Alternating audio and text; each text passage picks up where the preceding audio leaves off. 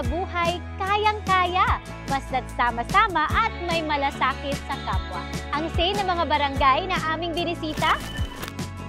Dito sa Barangay Sauyo, may 100-day challenge para sa mga kabataang gustong matuto ng tamang kalusugan at mabuting kaugalian. Yung Oplan Gabay Kabataan po is tumatagal po siya ng 100 araw. So, pinapractice po namin yung mga bata na magkaroon po sila ng habitual manners na magiging foundation po nila. Nakasungkit ng International Award itong napakagandang Bugang River, ang tinaguriang the Philippines' cleanest inland body of water. Simulat sa poll nga na bata ako Rugya sa may Barangay Gia. Ang Bugang River is isa rin sa pinakamalimpyo, ginadayo kang mga turista. Tourist spots, bakahan, dairy farm at iba pa. Sa Barangay Lunotan, negosyo'y sigurado at talagang panalo. Ang mga taga-Barangay Lunotan po talaga pong masisipag. Talagang makikita mo na nagbabanat po talaga ng boto. Hindi lang naghihintay ng mga ayuda na galing sa gobyerno. Ako po muli si Cap Jessica D ng Buhay Barangay TV, kung saan natututo tayo ng sabay-sabay sa katangi-tanging mga barangay.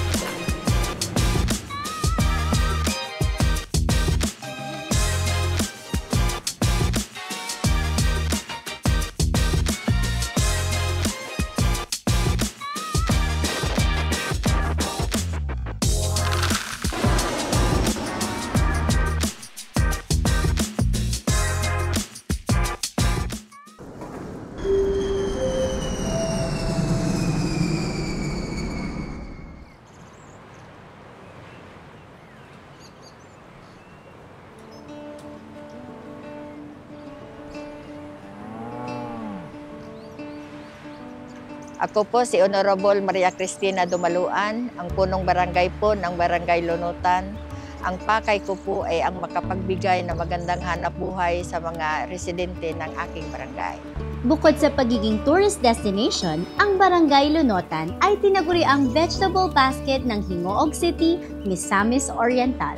Makikita po dito yung The Group at saka Dairy Farm. Ang nagpapatakbo po ng Dairy Farm ay yung City Veterinarian Office. At saka yung mga nagtatrabaho po dyan, talagang taga-barangay po. Ako po pasalamat po nga sa trabaho ko dito, sir. Bakit, sir? Kay tabang sa akong pamilya.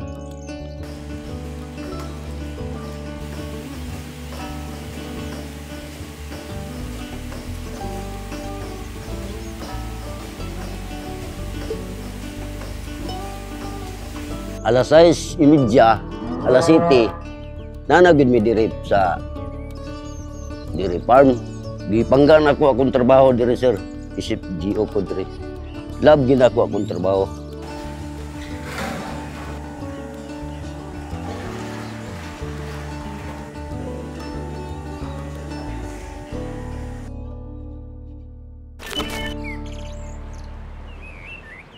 Ang lupa po dito ay mataba pa at saka marami ang mga naingganyo na mga negosyante na dito magtayo ng kanilang mga establishmento. Para naman sa mga wala pang trabaho, kinukuha sila ng barangay para magsagawa ng urban greening. Talagang nakakatulong po sa mga tao. Ang mga taga-Barangay Lunutan po talaga pong masisipag. Makikita mo na nagbabanat po talaga ng boto. Yan po ang maipagmamalaki po ng taga-Barangay Lunutan. Tara sa The Grove, ang paraiso sa Barangay Lunotan, Hingoog City. Nasa mahigit 1,000 meters above sea level ang taas nito, kaya ramdam ang preskong hangin at tanaw ang ganda ng kalikasan. Meron po tayong amphitheater, meron po tayong playland for kids, meron po tayong bike lane for lovers, meron po tayong ATV and horseback riding, meron po rin po tayong food hall.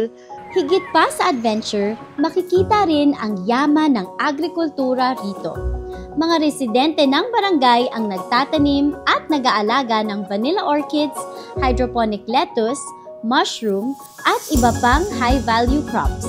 Ang mga nagtatrabaho dito ay trainees din ng Seasonal Worker Program na ipinapadala sa Korea.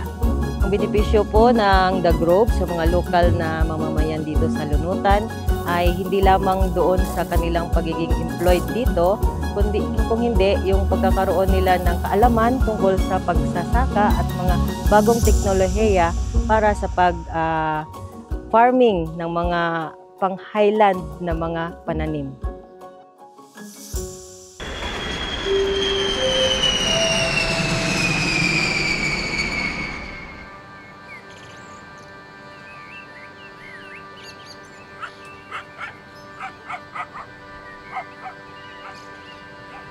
Ako si Punong Barangay Armelito B. Ibon Jr., kang Barangay Gia Pandan Antique, nga ako na ginapabugal ang isara sa pinakamalimpyo nga suba sa bilog nga Pilipinas, ang Bugang River.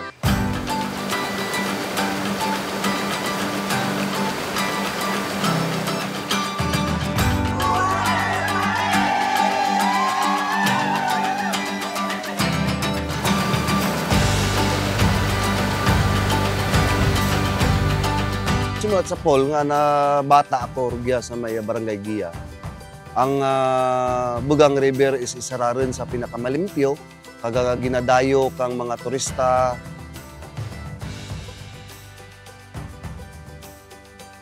Ang Bugang Community-Based Ecotourism Organization gimpatindig kang 2003 nga ginapatupad ang bawal nga pagpukan ng mga kahoy nga may batas ran. Bawal ang pagkaingin sa pinaka-head spring para hindi maapektuhan ang amon nga Bugang River. Pag may amon dyan nga mga kada bulan nga ginahiwat nga river clean up.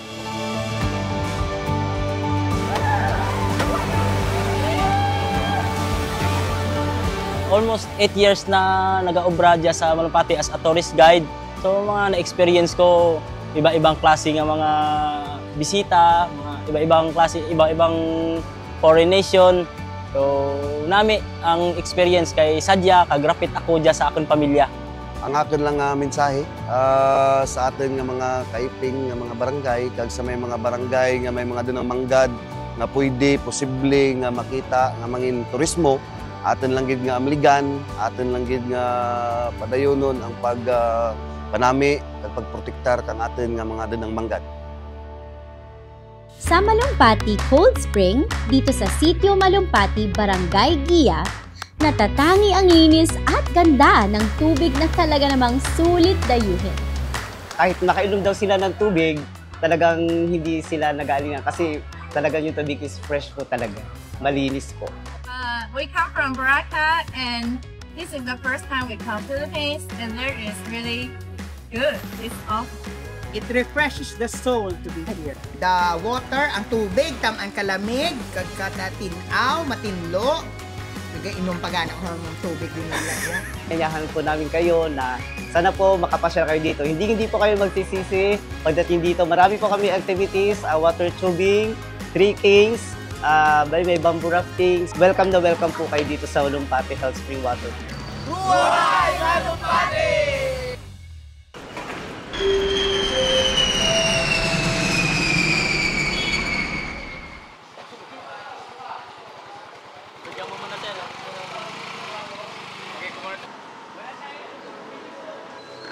Dito sa Barangay sa Uyo, sinisimulan natin ang isang makabuluhang hakbang para sa kabataan, ang Oplan Gabay Kabataan.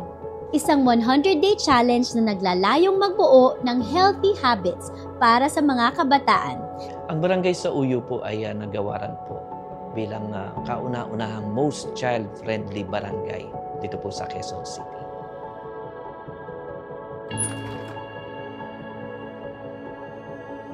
Yung Oplan Gabay Kabataan po is tumatagal po siya ng 100 araw. So yung mga grade 6 po. And then yung mga out-of-school youth or yung mga nagiging children in conflict with the law. So may mga spiritual challenges po kami. Mayroon din pong family goals. And then of course, hindi po mawawala yung mga academic challenges na pumasok araw-araw, mag-participate sa school, gumawa ng mga assignment. And yung mga favorite ng nanay po is, of course, yung gumawa ng gawaing bahay.